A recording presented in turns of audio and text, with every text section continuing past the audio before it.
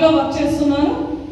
Last 5 years నుంచి state Telugu మహిళ general సెక్రటరీగా వర్క్ చేస్తున్నాను. 10 పైన కేసులు ఉన్నాయి లాస్ట్ గవర్నమెంట్లో. అసలు లాస్ట్ వాళ్ళు పెట్టిన ఇబ్బందులకి, పోలీసులు పెట్టిన ఇబ్బందికి ఫ్యామిలీ కూడా అంటే బెయిల్ రాలేదు. నాకు నెల రోజులు ఊరు ఇచ్చాల్సిన సిచ్యువేషన్ కూడా నేను ఫేస్ చేశాను లాస్ట్ గవర్నమెంట్లో. 1-2 కాదండి, చాలా ఫేస్ చేశాము. ఆ రోజు పార్టీ నాకు చాలా సపోర్టివ్గా నిలబడింది కాబట్టి ఈ రోజు మీ అందరి ముందర వచ్చి మాట్లాడుతున్నానంటే అంతటి అవకాశాన్ని కల్పించిన నా దైవ సమానులైనటువంటి ఆంధ్రప్రదేశ్ రాష్ట్ర ముఖ్యమంత్రి వర్యులు గౌరవనీయులు శ్రీ నారా చంద్రబాబు నాయుడు గారికి, ఐటీ శాఖ మంత్రి వర్యులు నారా లోకేష్ గారికి ముఖ్యంగా పాదాభివందనలు తెలియజేస్తున్నాను. ఎందుకంటే నేను ఇన్ని రోజులు కమ్యూనిటీ పరంగా ఎప్పుడు నేను ఎవరిని కలవలేదు. టు బి ఫ్రాంక్ గా చెప్తున్నాను, పార్టీ కోసం కష్టపడ్డాను, పార్టీలో ఎన్నో కార్యక్రమాలు నిర్వహించాను. రాయలసీమ జోన్ కి కోఆర్డినేటర్ గా కూడా వర్క్ చేశాను లాస్ట్ 5 years కూడా. కానీ ఎప్పుడైతే అమ్మా లేదు మీరు మీ కమ్యూనిటీకి మీరు ఉండాలి చైర్మన్ గా అని చెప్పేసి సార్ ఎప్పుడైతే నన్ను ఈ బాధ్యతలను ఇచ్చారో ఆ రోజు నుంచి ఈ రోజు వరకు కూడా చాలా విషయాలు తెలుసుకుంటున్నానండి. నిజంగా చెప్పాలి, డైరెక్ట్ గా చెప్తున్నాను, దయచేసి మీరు ట్రోల్ చేస్తారో ఏమనుకున్నా పర్లేదు, బట్ నేను ఫేస్ చేస్తున్న ప్రాబ్లమ్స్ 10 years పార్టీలో చేసిన ప్రాబ్లమ్స్ కంటే ఈ 6-7 నెలల్లో మన కమ్యూనిటీలో ఫేస్ చేస్తున్న ప్రాబ్లమ్స్ చాలా ఉన్నాయి. కానీ ఒకటి గుర్తు పెట్టుకోండి, ఎటువంటి ప్రాబ్లమ్స్ కి ప్రలోభాలకి లొంగను. నేను నికార్సైన తెలుగుదేశం కార్యకర్తలు, దయచేసి గుర్తు పెట్టుకోండి. ఎందుకంటే పోలీసుల కేసులు, ఇంటికి వచ్చిన దాడులు ఇవన్నీ నేను ఫేస్ చేశాను. నాకు ఇవేం పెద్ద ప్రాబ్లం అసలే కాదు. మరి ముఖ్యంగా కమ్యూనిటీకి నేను ఒకటే చెప్పదలుచుకున్నాను, ఐక్యమత్యంగా దయచేసి ఉండండి. ఈ రోజు అసలు నేను ఎప్పుడైతే కమ్యూనిటీ పరంగా నేను వెళ్ళాలి, సరే ఏం మాట్లాడాలో విషయం ఏమీ తెలియదు నాకు. అప్పుడు సరే నేను అంటే గవర్నమెంట్ నుంచి ఒక సెన్సస్ ని తీసుకున్నాను 2017. ఆ సంవత్సరానికి గాను మన వీరశైవ లింగాయతులు 74,690 మెంబర్స్ ఉన్నారని చెప్పారు. అసలు షాక్ అయ్యాను. కేవలం మన అనంతపురం జిల్లాలోనే 2 లక్షల నుంచి 3 లక్షల వరకు ఉన్నారు.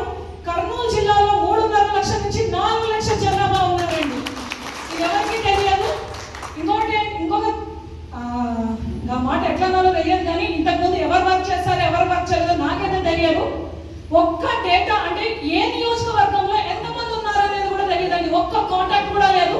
అసలు ఒకటి అర్థం కాని విషయం ఏంటంటే పేర్లు చూస్తే వీరశైవ అని పెట్టుకున్నాము.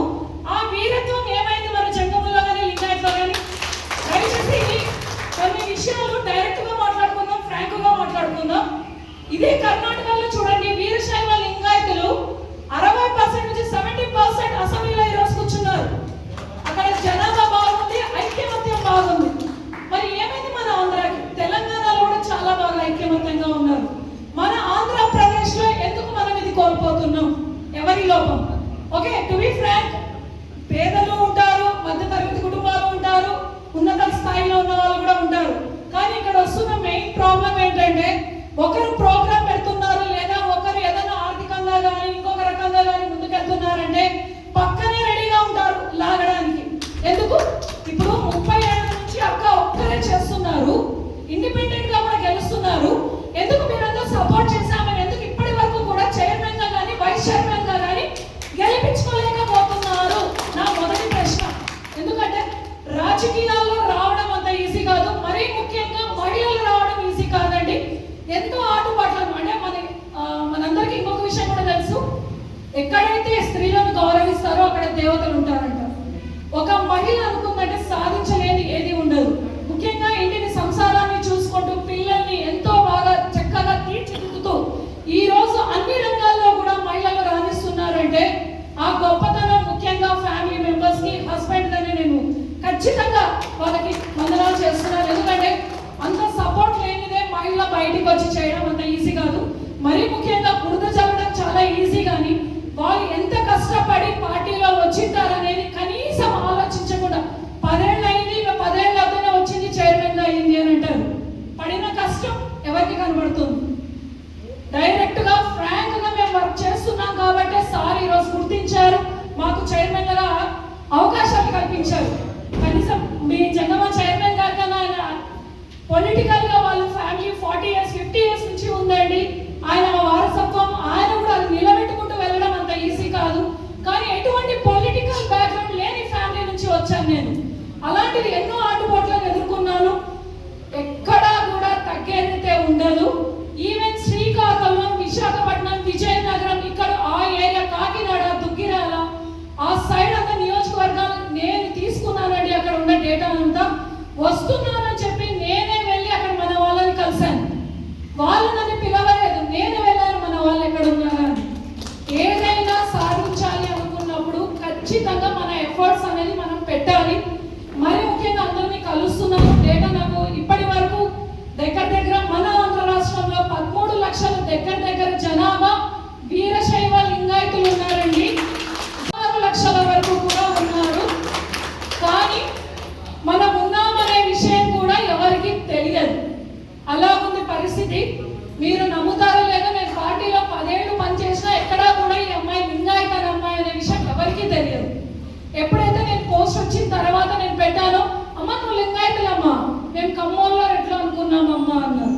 అంటే ఒకే సామాజిక వర్గానికే ఎందుకు అంత పెద్ద పీట వేస్తున్నారు అంటే మన వాళ్ళు బయటికి రావడం లేదు, అందులోనూ మహిళలు రారనే ఉద్దేశంతో అలా బయటికి వెళ్ళింది. కాబట్టి దాన్ని తిరగరాయాలని ఆ రోజే డిసైడ్ అయ్యాను.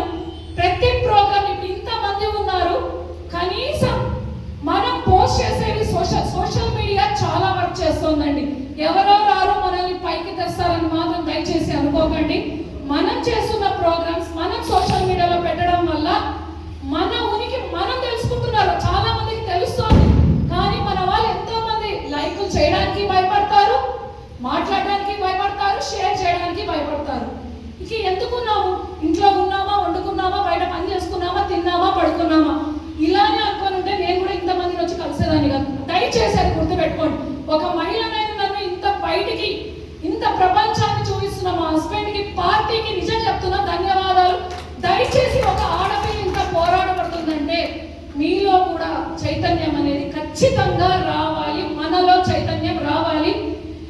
ఇంకొక విషయం, ఒక్క నిమిషం కట్ చేయండి. గురించి చెప్పాలనుకుంటే ఒక్క విషయం చెప్పగలను. ఎందుకంటే వాళ్ళ పాదాలు కడిగి నెత్తినేసుకుంటే మాకు మంచి జరుగుతుందని మేము ప్రతి పండుగ, ప్రతి వేడుక జరిగినా కూడా వాళ్ళ పాదాలకు నమస్కరించి పోవడం, బయటికి వెళ్ళడం మానవాయితీగా పెట్టుకున్నాం. కాబట్టి అది మాకు పెద్దలు నేర్పినటువంటి ఒక సంస్కారం. కాబట్టి జంగమల సంక్షేమం గురించి మేము ఎప్పటికీ వారికి ఎటువంటి సహకారం కావాలన్నా మేము ముందుంటాం. ఎందుకంటే భగవంతునికి భక్తునికి అనుసంధానమైన జంగమలని నేను భావిస్తాను. కాబట్టి ఈ మాటలు నేను చెప్పదలుచుకున్నాను. అలాగే ఇక సమస్యల గురించి వస్తే ముఖ్యంగా వచ్చేది ఏ కులానికి చెందినటువంటి వాళ్ళ విషయం మాట్లాడాలన్నా మేము మొదటగా మాట్లాడేది ఆర్థిక ఎదుగుదల. వాళ్ళ కుటుంబాన్ని పోషించగలిగినటువంటి శక్తిని మనం ఇవ్వగలగాలి. దానికి ప్లాట్ఫామ్ ఏది ఉంటుందంటే నో డౌట్ రాజకీయం అనేది ఉంటేనే మనం ఏదైనా చేయగలం. అది ఏ ప్లాట్ఫామ్ మీద ఎవరు ఎంత కృషి చేస్తారనేది వాళ్ళ శక్తి సామర్థ్యాలను బట్టి ఉంటుంది. నేను అందుకే చెప్తున్నాను, ఇది వైఎస్ఆర్సీపీ కావచ్చు, ఎన్డీఏ గవర్నమెంట్ కావచ్చు, లేకపోతే ఇంకొక పార్టీ రావచ్చు, రూలింగ్లో ఇంకో పార్టీ రావచ్చు,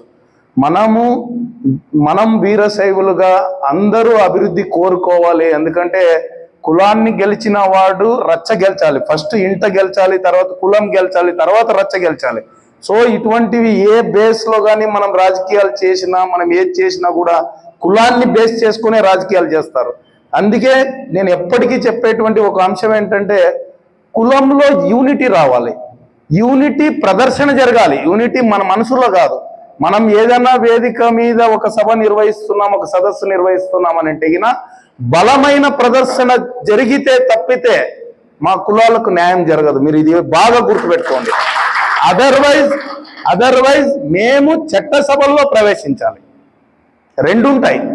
ఒకటి గళం వెళ్ళి చట్టసభల్లో గట్టిగా వినిపించడం, కులం వైపు కానీ సమాజం వైపు కానీ నిలబడి గట్టిగా వినిపించడం, లేదా మనం చట్టసభల్లో మనకు స్థానం లేదా మన బల ప్రదర్శన చేయడం. ఈ రెండిట్లో ఏదో ఒకటి మనం దక్కించుకోవాలి. మనం చూస్తున్నాం చాలా మైనర్గా ఉన్నటువంటి కులాలు ఈరోజు రాష్ట్రాన్ని పాలిస్తున్నాయి. దేశాలని పాలిస్తున్నాయి. బలంగా ఉన్నటువంటి మేము ఏది దక్కించుకోలేకపోతున్నాము. ఇప్పుడు మేము మాకున్నటువంటి అప్పుడెప్పుడో కాదు, ఇప్పటికీ మేము కొన్ని ఏళ్ళుగా చూస్తున్నటువంటి కౌన్సిలర్ ఎవరైనా ఉన్నారంటే నాగరత్నం అక్క మాత్రమే.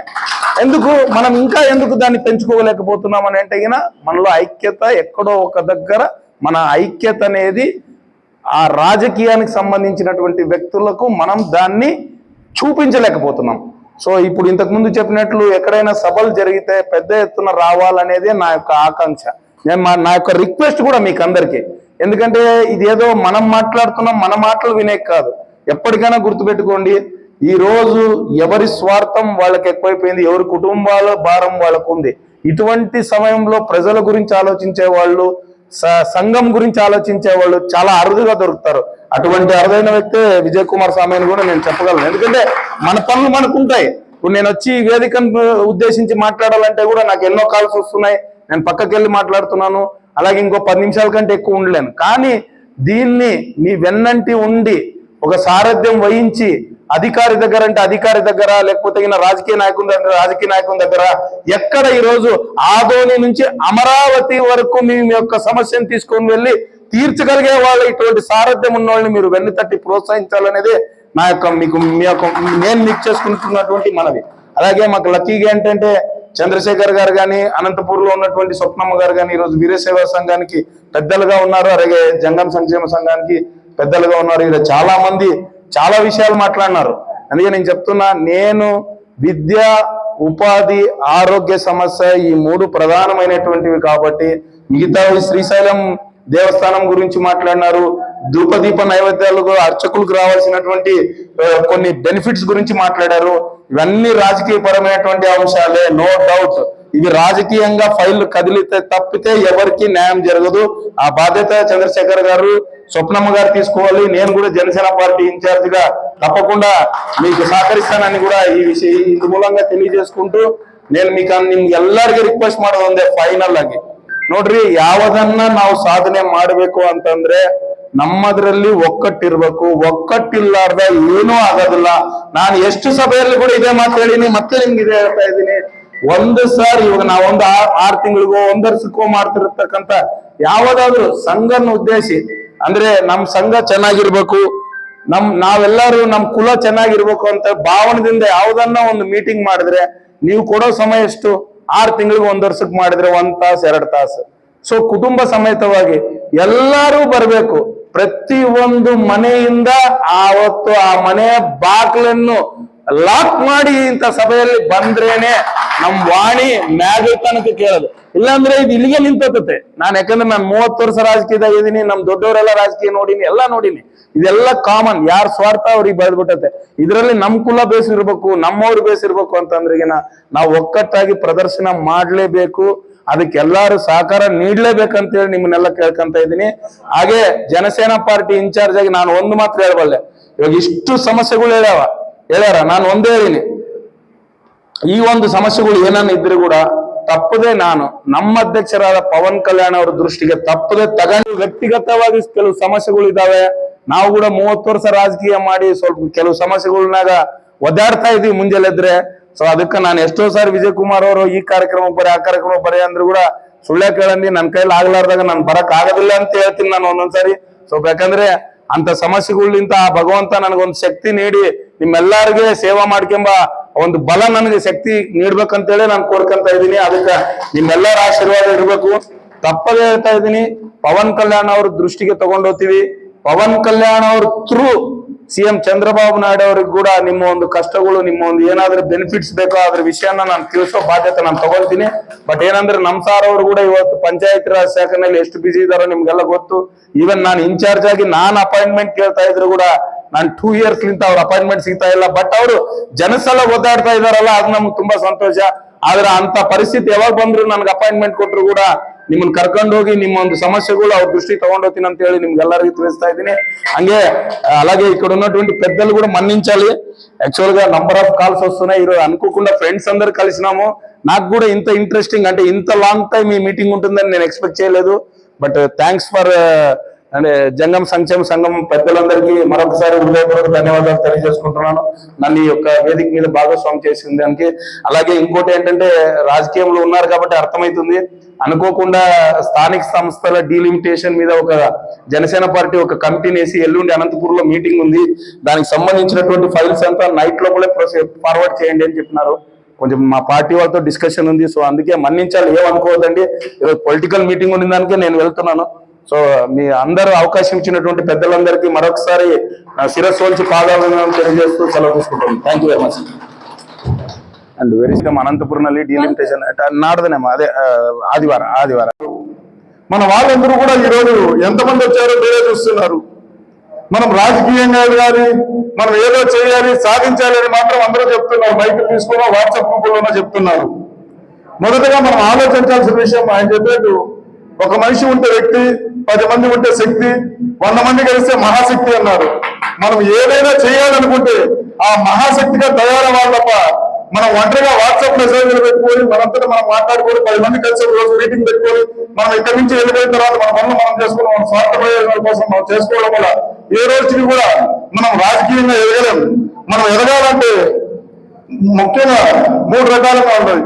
మన విజయ్ కుమార్ గారి ఆశయాలు, విద్య, అలాగే మేధావులు, ఆర్థికంగా, రాజకీయంగా 3 ఉంటేనే మనం ఏదైనా సరే సాధించుకోగలం.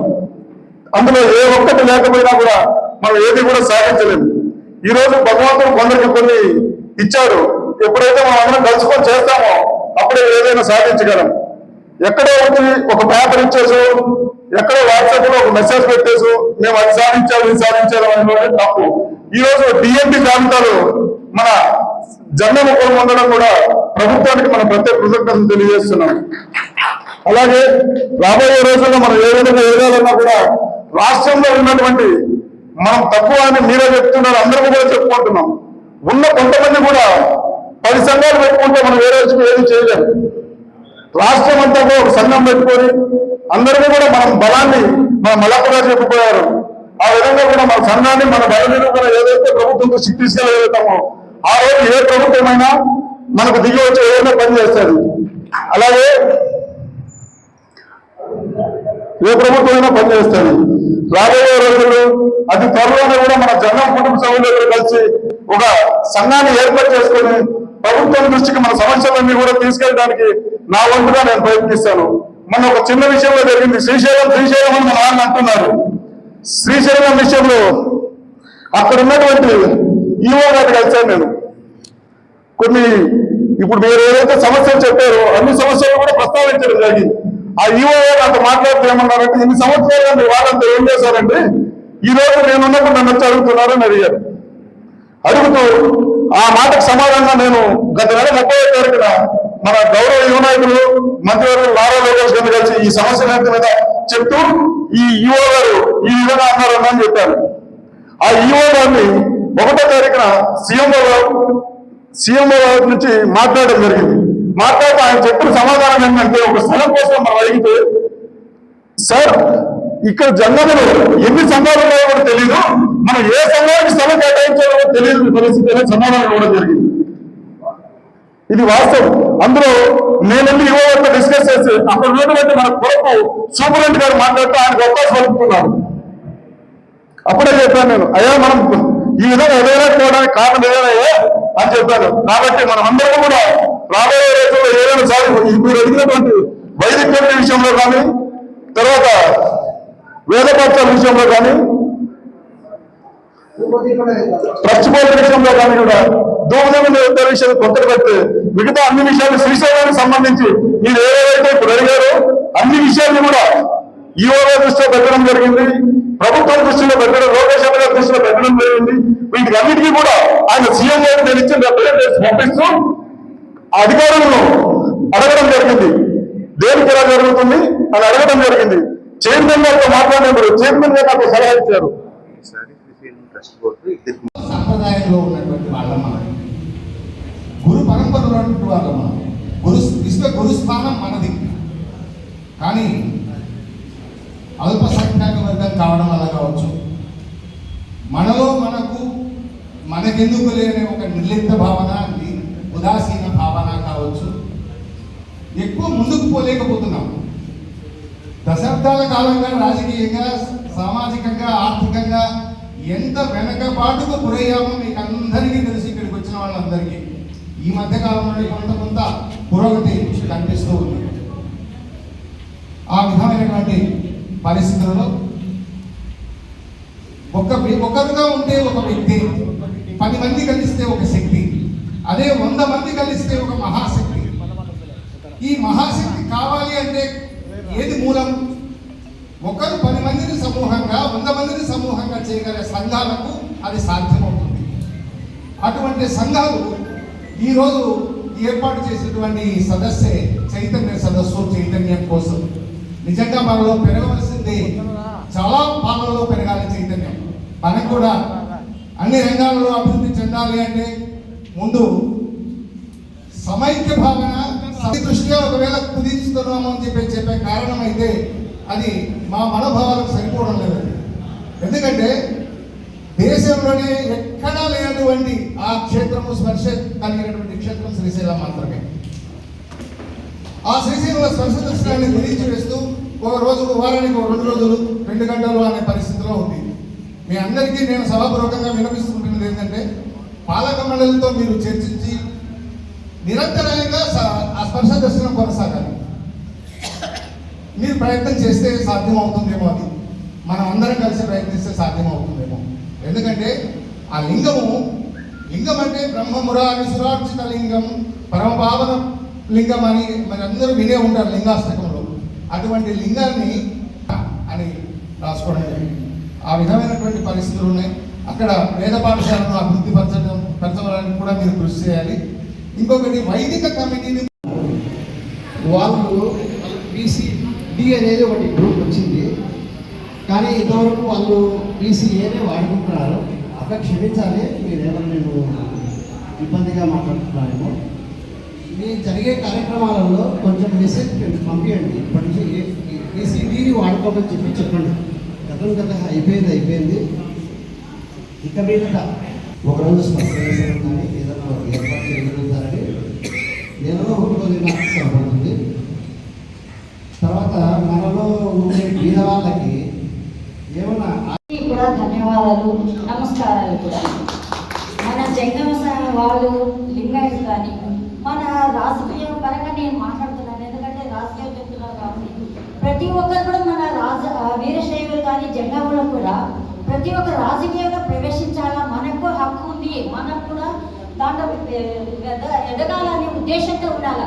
ఇప్పుడు కేవలము ఆదోని టౌన్లో వెళ్ళో గత 30 సంవత్సరాల నుంచి నేను ఒక్కదానే వీరశైవాల్లో పాల్గొన్నాను. ఎందుకంటే మన వాళ్ళు మనం పోవాలి, అడగాలి, వాళ్ళు సీట్ సాధించాలి అనే ఉద్దేశం వీళ్ళు ఉంటే వాళ్ళు పెద్దలు కూడా వాళ్ళకి ఇస్తారు టికెట్స్. మనం అడగకుంటే అమ్మాయిని అన్నం పెట్టారంటారు.